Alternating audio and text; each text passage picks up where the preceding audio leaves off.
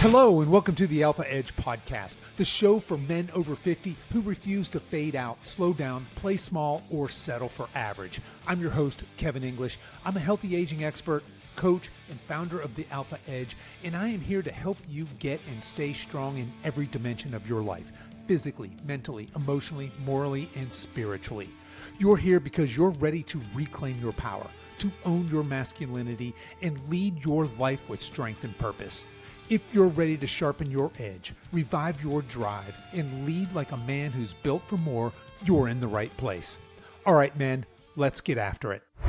All right, guys, today I want to talk to you about the Apostle Paul from the New Testament. Now, he's come up over and over again in our Sunday episodes here of the Alpha Edge podcast. In fact, we did a whole episode on Paul and his shipwreck, but if you guys want to know what it looks like to live with conviction, to stare down fear, to suffer for a mission that's bigger than yourself, we really don't need to look a whole lot further than my man, the Apostle Paul.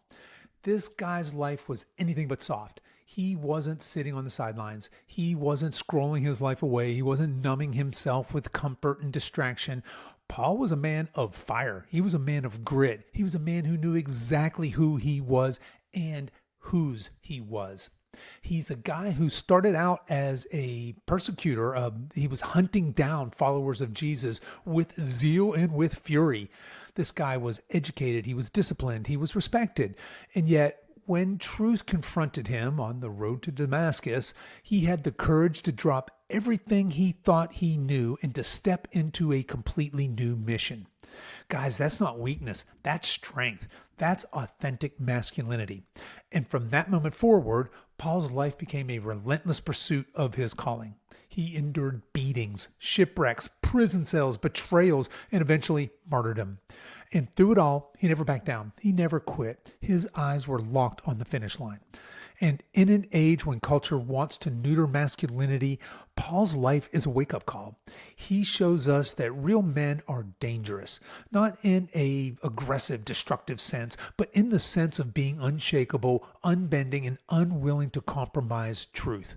So today, I want to dig into Paul's story, into his biography, not just the history and not even really just the theology, but really the lessons that every man over 50 needs if he wants to finish this life strong as a husband, as a father, as a leader, as a warrior for Christ.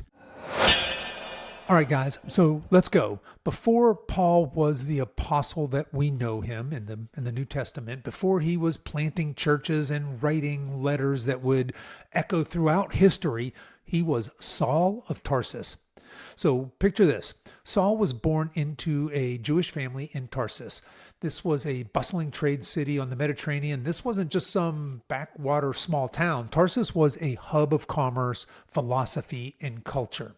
Now, on top of that, Saul carried Roman citizenship. So this would have been a rare privilege that would have given him legal rights and status that most Jews didn't have. He was positioned to move fluidly between worlds, in other words. But Paul wasn't just a man of privilege. He was a Pharisee, and not just any Pharisees. Acts tells us that he studied under Gamaliel. That's one of the most respected teachers of his day. That's kind of like present day going to Harvard Law and graduating the top of your class. So Paul was disciplined. He was trained in scripture and razor sharp in debate. In Philippians, Paul himself says he was a Hebrew of Hebrews. As to the law, a Pharisee. As to the zeal, a persecutor of the church. As to righteousness under the law, blameless.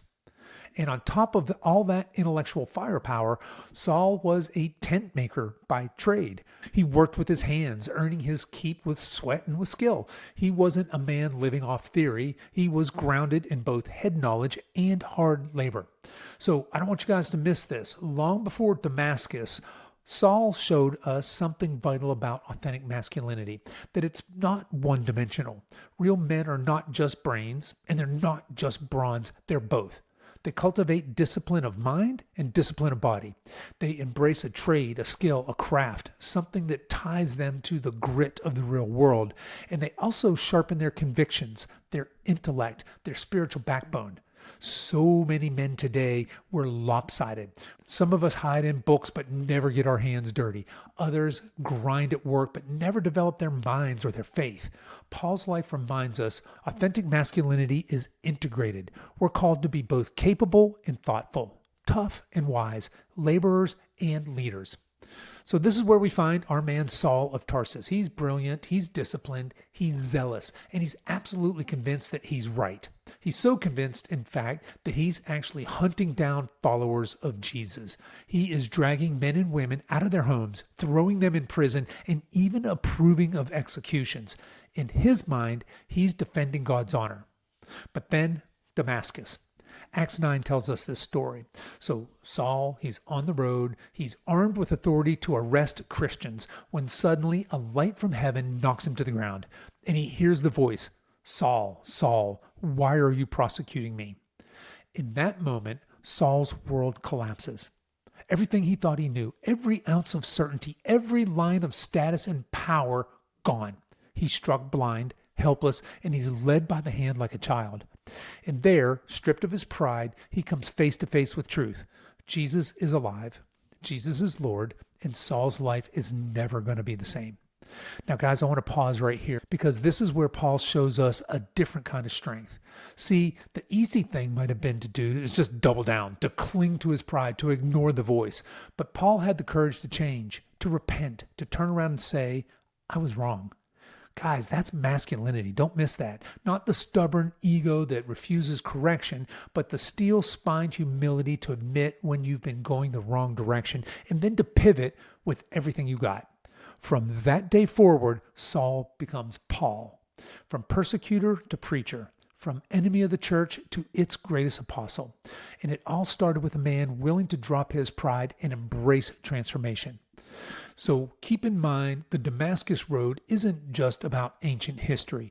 Every single one of us has a crossroads moment. Maybe it's a crisis, a failure, a rock bottom season. The question is this: when truth confronts you, are you going to have the courage to change? Or will you cling to the old you?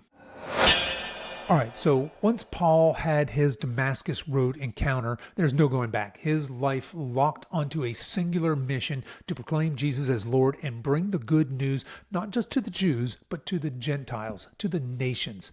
From Antioch, he launched out on what we call his missionary journeys. He set sail across the Mediterranean, trekked across Asia Minor. He was planting churches in cities like Corinth, Ephesus, Philippi, and Rome. And he debated philosophers in Athens. He healed the sick. He trained leaders. And he wrote letters that would outlive empires. But don't think that this mission was easy. Paul lays it out in 2 Corinthians 11. 5 times I received the 40 lashes minus 1. 3 times I was beaten with rods. Once I was stoned. 3 times I was shipwrecked. I spent a night and a day adrift at sea. In danger from rivers, danger from robbers, danger from my own people, danger from the Gentiles, danger in the city, danger in the wilderness. This man was a walking scar, and yet he pressed on. Why? Because he had purpose. His eyes were fixed on the finish line. He knew exactly what race he was running. And that's the secret sauce. Mission. Men without mission drift. They numb out. They get soft. They waste their lives in comforts and distraction. But men with mission, they can endure anything. And Paul's life is a picture of this. So here's the question for us today. What's your mission? Because make no mistake, you're going to suffer in this life. You're going to take hits. You're going to get knocked down. The only question is whether the mission you're living for is worth it. Paul shows us that when you've got a God-given mission burning in your chest, nothing, not beatings, not betrayals, not prison cells can stop you. Now, one of the most overlooked parts of Paul's story is the men and women who walked beside him. Paul was not a lone wolf. He traveled, he preached, and he suffered with his companions, people like Barnabas and Timothy and Luke. Yeah, that's Luke, like as in the Gospel of Luke. And side note, a lot of scholars believe Luke was the author of the book of Acts. People like Silas, Aquila, Priscilla. These weren't casual acquaintances. These were co-laborers. These were brothers and sisters in arms, risking their lives to advance the mission. But brotherhood's not always smooth, and Paul had sharp conflicts too. He and Barnabas split over John Mark. In Galatian, he publicly confronted Peter in Antioch when Peter backed away from eating with Gentile believers. And just imagine the guts it took to stand up to Peter, the rock himself, and call him out for hypocrisy. Yet Paul did it because truth mattered more than keeping peace. And here's the lesson for us guys. Real brotherhood isn't just about backslaps and good times. It's about loyalty and accountability. It's about being willing to bleed with your brothers and also being willing to tell them the hard truth when they stray. Guys, this is where so many of us get it wrong. We settle for those surface level friendships. We hang out, we talk sports, maybe share a beer, but we don't go down deep. We don't ask the hard questions. We don't challenge each other when we see compromise. That's not biblical brotherhood. That's just hanging out. Paul's life shows us that authentic masculinity requires both courage and community. You need a man in your life who will carry your stretcher when you can't walk, and you need to be that man for someone else. Brotherhood sharpens us, it strengthens us, and it holds us accountable to the mission. So ask yourself this: who are the men walking beside you? And are you the kind of brother who tells the truth even when it stings? All right, guys. So if Paul's missionary journeys were the battles, then his letters are the war journal. These writings, many penned from prison cells, have outlived empires and continue to shape men today. Scholars tell us that at least 7 of these letters are undisputedly Paul's own hands. And scholars will argue back and forth whether some of these other letters are actually Paul or maybe one of the other disciples. But either way, these letters all carry Paul's DNA, that gritty, urgent, uncompromising tone. And inside these letters is a blueprint for authentic masculinity. Let's just hit a couple of these highlights. In 2 Corinthians 12, Paul says, "When I am weak, then I am strong." Guys, that's not passivity. That's a warrior recognizing his dependence on God. Real men don't hide weakness. They submit it to God and they draw power from him. Next, we have discipline of the body. In 1 Corinthians 9, Paul writes, "I discipline my body and keep it under control, lest after preaching to others, I should let myself be disqualified." He's saying masculinity requires self-mastery. Your appetites, your impulses, your flesh, they don't get to run the show. Next up, leadership in love. In Ephesians 5, Paul calls men to love their wives as Christ loved the church, sacrificially, with strength and tenderness intertwined. Guys, that's not domination. That's leadership through laying down your life. And then finally, finishing strong. In 2 Timothy 4:7, near the end of his life, Paul writes, "I have fought the good fight. I have finished the race. I have kept the faith." That's the ultimate masculine charge. Not starting with fire and fading out, but enduring to the finish line with integrity. Paul's letters are not just ancient, dusty theology. They are field manuals for men who want to live with courage, conviction, and strength. They call us to discipline, endurance, sacrificial love, and spiritual authority. So the question is not whether Paul has something to say to us. The question is, are we listening? All right, now, for all of Paul's fire, his story doesn't end in triumph the way the world would measure it. It ends in chains. He was arrested in Jerusalem, falsely accused. He was shuffled through trials, shipwrecked on his way to Rome, and there, under house arrest, Paul kept preaching, he kept writing, he kept pouring himself out for the mission. Acts closes with Paul welcoming all who came to him, proclaiming the kingdom of God with boldness and without hindrance. That's from Acts 28, 30, and 31. But history tells us the rest of the story. Paul was eventually executed in Rome, martyred under Nero's persecution. Now, here's the thing. Paul didn't die with regret. In his final letter, he writes these words to Timothy: "I have fought the good fight, I have finished the race, I have kept the faith, and now there is in store for me the crown of righteousness, which the Lord, the righteous judge, will award to me on that day." That's from 2 Timothy 4, 7 through 8. Guys, that's the goal. Not to coast to the finish line, not to fade out in comfort and distraction, but to pour it all out, to finish the race strong. Paul's life is a challenge to us. What will your final chapter look like?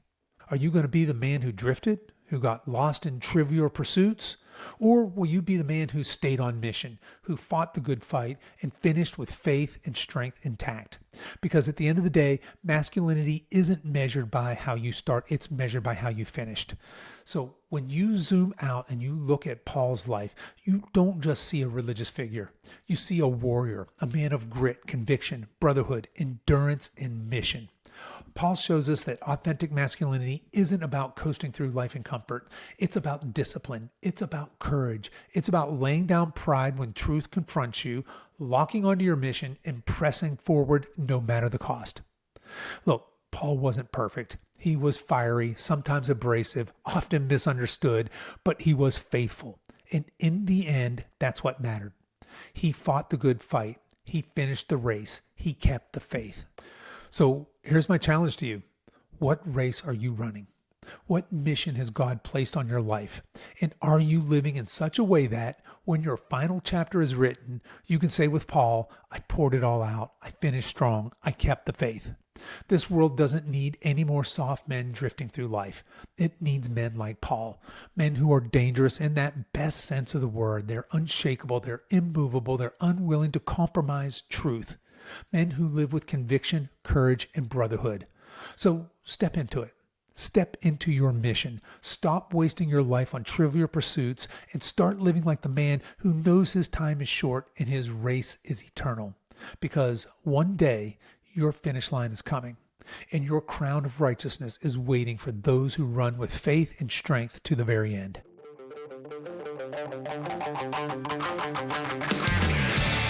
Okay, men, that's our show for this week. Don't forget to download our free guide titled How to Raise Your Testosterone Naturally. You can find the download link in the show notes for this episode on whatever app you're listening to this podcast on. If you've enjoyed today's show, here are 3 ways you can support us. Number 1, share this episode with a friend. Number 2, make sure to like and follow this show, and please consider leaving us a 5-star review. Number 3, give us a follow over at Instagram. We're at Alpha Edge Army. So that's Alpha Edge Army all run together. I really appreciate you men taking the time to listen. And until next week, stay strong.